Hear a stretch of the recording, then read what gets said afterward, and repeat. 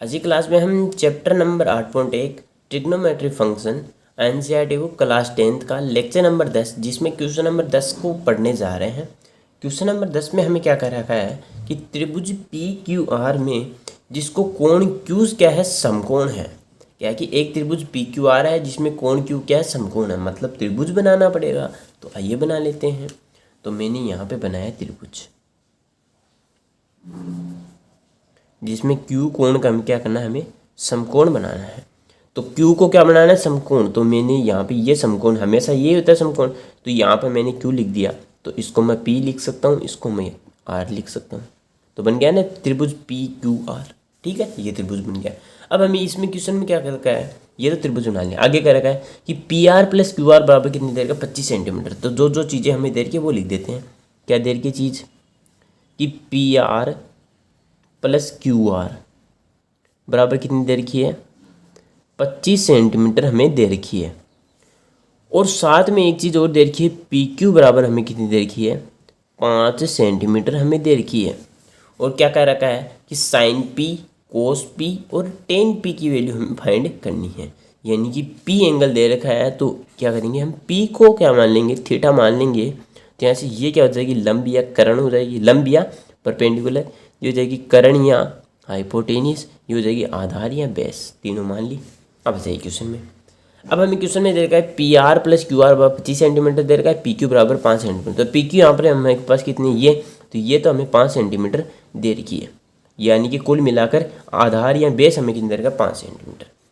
दूसरी P R plus Q R क्या दे रखी है, पी आर और क्यू आर दोनों का योग हमें कितना देगा, 25 सेंटीमीटर। तो यहाँ से हम मान लेंगे, चूंकि माना क्या मान लेंगे, चाहे आप पी आर को मान लीजिए चाहे आप क्यू आर को मान लीजिए, इन दोनों में से एक को आप क्या मान लीजिए, एक्स मान लीजिए, ताकि दूसरी वैल्यू हमें निकल जाए। तो क्या करूँगा, माना पी आर बराबर क्या मान लूँगा, मैं एक्स मान लूँगा। ठीक है, माना पी आर हमने मान लिया एक्स सेंटीमीटर। तो हमारे पास क्या होगी, इसको जगह अगर मैं पी आर की वैल्यू इसके अंदर लिख दूँ, क्या लिख दूँ, पी आर की वैल्यू किस में लिख दूँ, इसके अंदर, तो क्या आ जाएगी, एक्स प्लस क्यू आर बराबर 25 सेंटीमीटर। ठीक है, तो ये क्यू आर है, ये यहाँ पर रह जाएगा, एक्स उधर चला जाएगा, किस में आ जाएगा, माइनस में। तो क्यू आर की वैल्यू आपके पास कितनी आएगी, 25 माइनस एक्स सेंटीमीटर।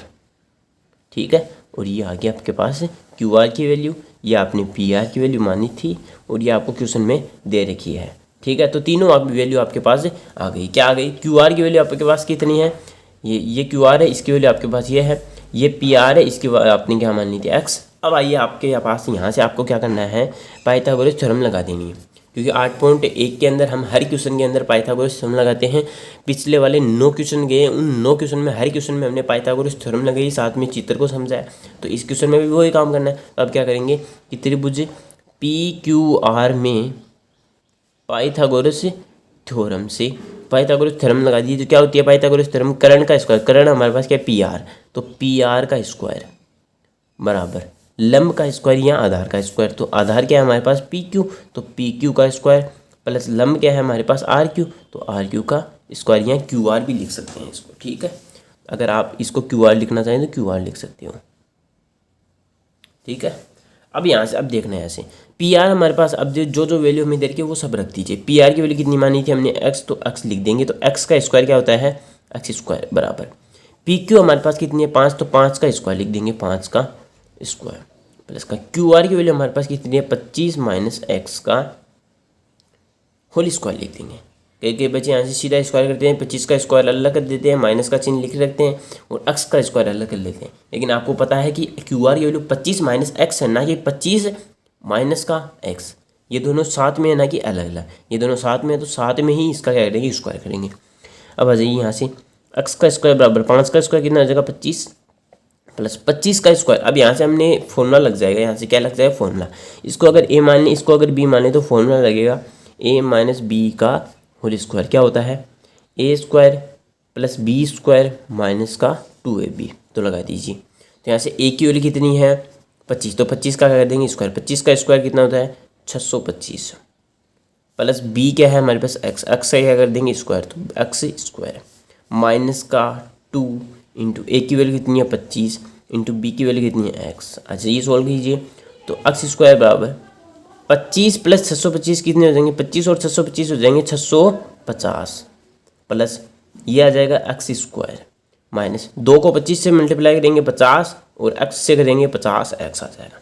अब यहाँ से हम क्या करेंगे, एक्स को एक साइड ले लेंगे, तो ये प्लस का एक्स स्क्वायर है, इधर आगे किस में आ जाएगा माइनस में, तो एक एक्स स्क्वायर तो पहले से था, एक इधर आगे किस में आ जाएगा माइनस में, और इधर क्या बच गया 650 माइनस का 50 एक्स स्क्वायर में से एक्स स्क्वायर कैंसिल हो जाएगा, मतलब ये प्लस का है और ये माइनस का एक दूसरे से क्या हो जाएंगे कैंसिल, यानी कि यहाँ पर बन जाएगा 0 और इक्वल में 50 650 माइनस 50 एक्स। अब हम क्या करेंगे, जो माइनस का 50 एक्स है इसको ये माइनस का इसको इधर ले आएंगे, तो किस में आ जाएगा ये प्लस में, क्योंकि माइनस का बराबर में आके आ जाएगा प्लस में, और 0 से कुछ भी संख्या जुड़ती है तो वो सेम ही रहती है, तो आ जाएगा 650। ये 50 मल्टीप्लाई में एक्स के साथ में बराबर में आके किस में आ जाएगा डिवाइड में, तो एक्स बराबर आ जाएगा 650 अपॉन में 50, 0 से 0 क्या आ जाएगा कैंसिल। अब 5 का 65 में डिवाइड देंगे तो कितना आ जाएगा 13, तो यहाँ से x की वैल्यू कितनी आ गई आपके पास से 13 सेंटीमीटर, यानी कि आपको x की वैल्यू यानी कि जो मानी थी, क्या मानी थी PR, वो कितनी आ गई 13 सेंटीमीटर। अब अगर आपके पास PR, अब यहाँ से हमने देखा कि PR की वैल्यू आपके पास कितनी आ गई 13 सेंटीमीटर, PQ की वैल्यू आपको कितनी देर की थी 5 सेंटीमीटर। अब हम क्या निकाल लेंगे, QR की निकाल लेंगे यहाँ से, तो QR की वैल्यू आपके पास कितनी आएगी 25 माइनस 13, यानी कि कितनी आ जाएगी 12 सेंटीमीटर, तीनों वैल्यू आ गई। अब हमें क्या क्या पूछा है, क्या पूछा क्वेश्चन के अंदर, सबसे पहला पूछा साइन P, तो याद ही निकाल लीजिए, तो यहाँ पर मैं यहाँ पर निकाल देता हूँ इन तीनों को, क्योंकि पहला क्या है साइन P, तो साइन P एंगल क्या माना है P को, तो P के अनुसार ही ये मानिए, तो यहाँ से साइन की वैल्यू क्या होती है लंब बटे कर्ण, तो लंब बटे कर्ण, लंब की वैल्यू आपके पास कितनी है भाई, लंब कौन सा था RQ, तो RQ की वैल्यू आपके पास कितनी है RQ, ये रही QR कितनी 12 सेंटीमीटर बट्टे कर्ण, कर्ण आपके पास क्या है RP या PR, PR की वैल्यू आपके पास कितनी है 13, तो ये आ गई 13, तो यहाँ से साइन P की वैल्यू आपके पास कितनी होगी 12/13, पहली आ गई। दूसरी आपके पास, दूसरी क्या है आपके पास कोस P, तो कोस P कितना आ जाएगा, कोस P बराबर क्या होता है आधार बट्टे कर्ण। बताइए आधार की वैल्यू आपके पास कितनी है, तो लिख लीजिए यहाँ से, तो आधार आपके पास दिखाई दे रहे हैं यहाँ से, ये रहा कितनी है 5 सेंटीमीटर, तो ये तो पहले से दे रखी है। कर्ण आपके पास कितना आया था 13 सेंटीमीटर, तो ये आपको आ गई, ठीक है। इसी प्रकार से तीसरा कर लेंगे टेन का, तो टेन P बराबर क्या होता है लंब बटे आधार, ठीक है, यही तो होता है ना। देखो यहाँ से इसको देख लेंगे L बटा के ए, यहाँ से साइन का ये कोस का ये टेन का, तो लंब बटे आधार, तो टेन P बराबर लंब हमारे पास कितना है, लंब ये रहा, तो ये क्या है QR, तो QR आपके पास QR ये रहा कितना है 12 सेंटीमीटर, अपॉन आधार आपके पास कितना है PQ यानी कि कितना देर का 5 सेंटीमीटर, तो ये आ गया 10P। ये आपके पास क्या जाएगा तीनों आंसर जो जो हमें पूछे थे। क्या क्या पूछे थे, एक तो साइन P पूछा था वो 12/13, एक कोस P पूछा था वो 5/13, और एक टेन P पूछा था ये 12/5। मतलब कुल मिलाकर बात ये है कि जो ये तीनों चीज़ निकालने के लिए हमें सबसे पहले ये तीनों चीज़ पता होनी चाहिए। तो ये जो लंब है, कर्ण है और आधार, इन तीनों को निकाल करके ही हम साइन P, कोस P और टेन P को निकाल दें, ठीक है। इस प्रकार से इस क्वेश्चन को आपको कंप्लीट करना है। ये एग्जाम की पॉइंट ऑफ व्यू से इम्पोर्टेंट क्वेश्चन लग रहा है, ठीक है। तो आप इस क्वेश्चन को ज़रा ध्यान से देख लीजिए, एक दो बार इस क्वेश्चन को ट्राई कीजिएगा, ये बड़ा अच्छा क्वेश्चन है, ठीक है। तो आई होप कि आपको ये क्वेश्चन अच्छे से समझ में आया होगा। अगर आपको ये क्वेश्चन अच्छे से समझ में आया है तो अपने दोस्तों के पास इस वीडियो को ज़रूर शेयर करना है, और साथ में चैनल को सब्सक्राइब करना है और वीडियो को लाइक भी करना है, ठीक है। तो अगर आपको ये अच्छे से समझ में आया है तो मैं दोबारा से कह रहा हूँ, आपको चैनल को सब्सक्राइब प्लस वीडियो को लाइक प्लस अपने दोस्तों के पास शेयर करना है, ठीक है। तो यहाँ से आज की क्लास में हम क्या करेंगे, लेक्चर नंबर 10 के साथ में क्वेश्चन नंबर 10 को लेकर के 8.1 का कंप्लीट करते हैं, क्योंकि क्वेश्चन नंबर 11 है वो केवल जो आपका राइट एंड नो का है, मतलब नो और यस का है, ठीक है। सही और गलत वाला है तो वो तो आप खुद कर सकते हैं, सत्य असत्य वाला तो वो तो आप खुद कर सकते हैं, तो वो आपको खुद को करना है। यहाँ से मेरी तरफ से आपको क्या है 8.1 कंप्लीट हो चुकी है। अगर आपको 8.2 8.3 ये जो भी करनी है ये प्रश्नावलियाँ भी, तो आप मेरी चैनल की प्लेलिस्ट में जाके देख सकते हैं, वो प्रश्नावलियाँ भी आपको हूबहू इसी तरीके से पूरी बताई हुई है, वो आप दे सकते हैं। आपको जो 8.1 की अलग से प्लेलिस्ट मिलेगी, 8.2 की अलग से मिलेगी, 8.3 की अलग से मिलेगी, ठीक है। सभी के अलग अलग प्लेलिस्ट के अनुसार आपको क्लासें मिल जाएगी, ठीक है।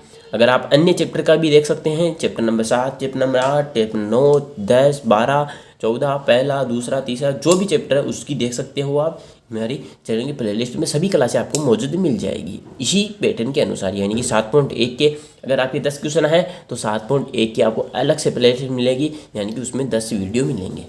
इस प्रकार अगर 7.2 में 7 क्वेश्चन है तो 7.2 की आपको अलग से प्लेलिस्ट मिलेगी, उसके अंदर आपको 7 वीडियो मिल जाएंगे।